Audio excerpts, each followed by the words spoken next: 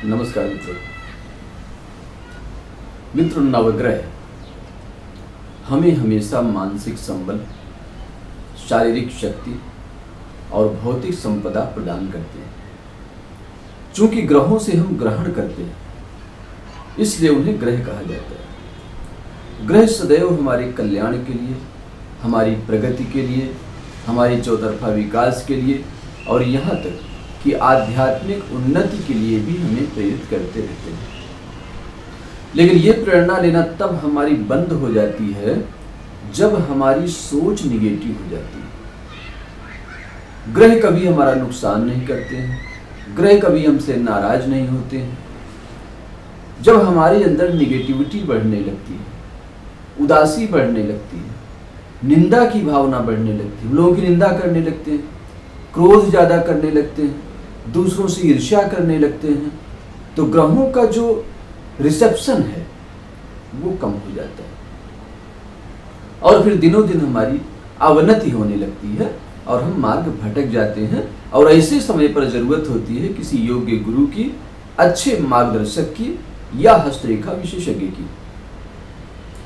मित्रों, जब हमारे अंदर प्रेम की भावना होती है, हम सबकी प्रशंसा करते हैं, परोपकार में रुचि लेते हैं, लोगों की मदद करना चाहते हैं, तो ग्रह हमसे प्रसन्न रहते हैं, यानी कि हम ग्रहों से गुण ग्रहण करते रहते हैं। तो पहली चीज तो आप ये समझिए कि ग्रह कभी नाराज नहीं होते, ग्रह कभी खराब नहीं होते। अगर खराब होती है तो हमारी सोच और कर्म, तो उनको ठीक करने के लिए हमें समय समय पर स्वाध्याय की जरूरत होती है, सत्संग की जरूरत होती है, अच्छे मित्रों की जरूरत होती है, अच्छे गुरुओं की जरूरत होती है, ताकि हमें निरंतर पॉजिटिव विचार मिलते रहे।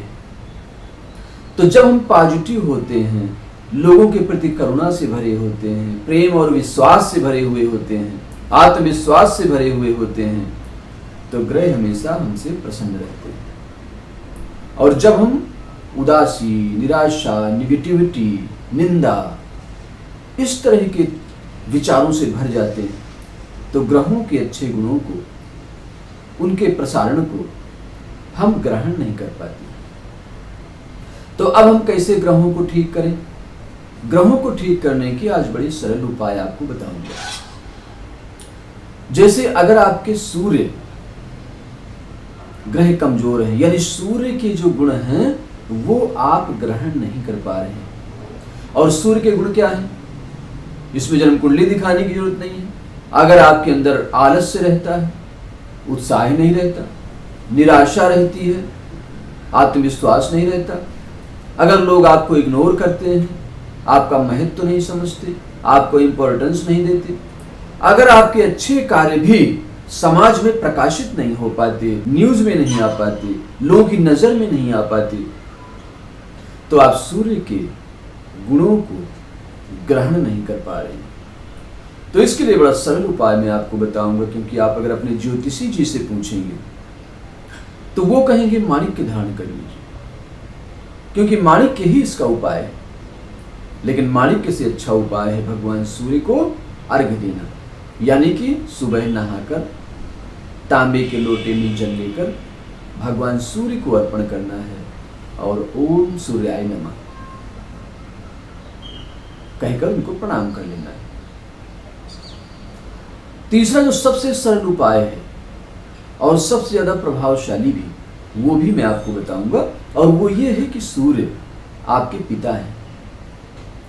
और पिताजी को अगर आप सम्मान करते हैं, उनका ध्यान रखते हैं, उन्हें प्रसन्न रखते हैं, अगर आपके कम्युनिकेशन अपने पिताजी से ठीक हैं, तो सूर्य की कृपा निरंतर जीवन में आपके रहेगी।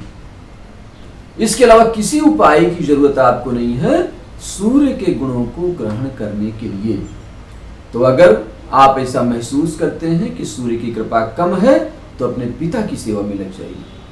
अपने पिता को प्रसन्न रखिए, उनका साथ दीजिए, उन्हें सम्मान दीजिए और उन्हें समय समय पर कुछ गिफ्ट दीजिए। तो निश्चित रूप से आप पर सूर्य की कृपा होगी और जीवन में आप यशस्वी होंगे।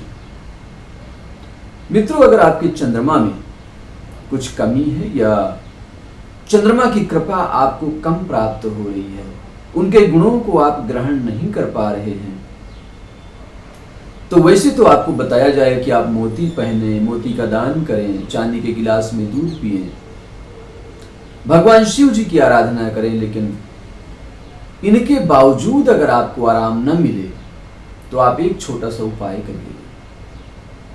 चंद्रमा माँ का प्रतीक है और आपकी माँ अगर घर में हैं तो उनका सम्मान करना, उनका ध्यान रखना, उनके पास बैठना, उनका हाथ पकड़कर उन्हें मोटिवेट करना कि मैं आपके साथ हूँ, मेरे लायक कोई सेवा बताइए, उन्हें समय समय पर गिफ्ट देना बिना मांगे, तो आपका चंद्रमा प्रसन्न होगा। और चंद्रमा जिन गुणों का कारक है वो भी आपको बताना चाहूंगा, क्योंकि चंद्रमा मनसो जाता, तो जितनी मानसिक शक्तियां हैं वो सब चंद्रमा पर निर्भर है। तो चंद्रमा की जिस दिन कृपा होगी आपको मानसिक शांति मिलेगी, आपका दिमाग तेज चलेगा, आप कार्य कुशल होंगे, व्यवहार कुशल होंगे, यहां तक कि आपका लेखन, आपकी वाणी, आपकी कल्पना शक्ति, आपका क्रिएशन, आपका इनोवेशन शिखर पर पहुंच जाएगा। तो मां का आशीर्वाद जरूर लीजिएगा। मित्रों, अगर आपका मंगल से कनेक्शन नहीं हो पा रहा, यानी मंगल की जो कृपा है, मंगल के जो गुण हैं उन्हें आप ग्रहण नहीं कर पा रहे हैं, तो मंगलवार को हनुमान जी की आराधना करिए, श्री हनुमान चालीसा का पाठ करिए। वैसे तो आपको बाजार में अगर आप पूछेंगे तो आपको मूंगे की जरूरत बताई जाएगी और वो भी पहनना अनुचित नहीं है, लेकिन जब सरल उपाय हो, जब आपके पास पैसे खर्च करने के लिए नहीं हो, तो पहले इन उपायों को आजमाएं और इनसे जब आप सफल हो जाएं तब तो फिर जो चाहे वो करें। तो अगर आप मंगल का सच में कृपा प्राप्त करना चाहते हैं, सहयोग प्राप्त करना चाहते हैं और मंगल के गुणों को ग्रहण करना चाहते हैं, तो अपने भाई को, मंगल भाई का प्रतीक है, और भाई को प्रेम करना, भाई को सहयोग देना, भाई के साथ सदैव खड़े रहना, ये मंगल को प्रसन्न करने का अचूक उपाय है। मंगल के कृपा से वंचित रहने के जो तरीके हैं उनमें है भाई की जमीन दबा लेना, उसके अधिकार दबा लेना, उसे इग्नोर करना, उसे नीचा दिखाना, उससे संबंध विच्छेद कर लेना। इससे आपके जीवन में शत्रुओं की संख्या बढ़ेगी, मुकदमेबाजी बढ़ेगी और जो चीजें आपने गलत तरीकों से हथिया ली हैं वो सब चली जाएंगी। तो मंगल की अगर कृपा चाहिए तो भाई से संबंध अच्छे रखिए।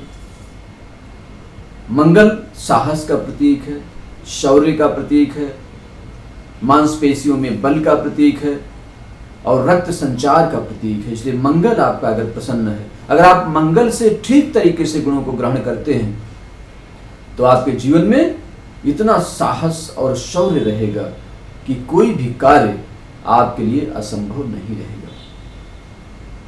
मित्रों, ये जानकारी कैसी लगी मुझे जरूर बताइएगा, ताकि मैं अगले 3 ग्रहों के बारे में अगले एपिसोड में आपको बता सकूं। अगर अभी तक आपने इस चैनल को सब्सक्राइब नहीं किया है तो आज जरूर करिएगा, बेल बटन जरूर दबाइएगा ताकि ये वीडियोस सबसे पहले आप तक पहुंचे। इतना ध्यान और प्रेम से सुनने के लिए बहुत बहुत धन्यवाद। नमस्कार।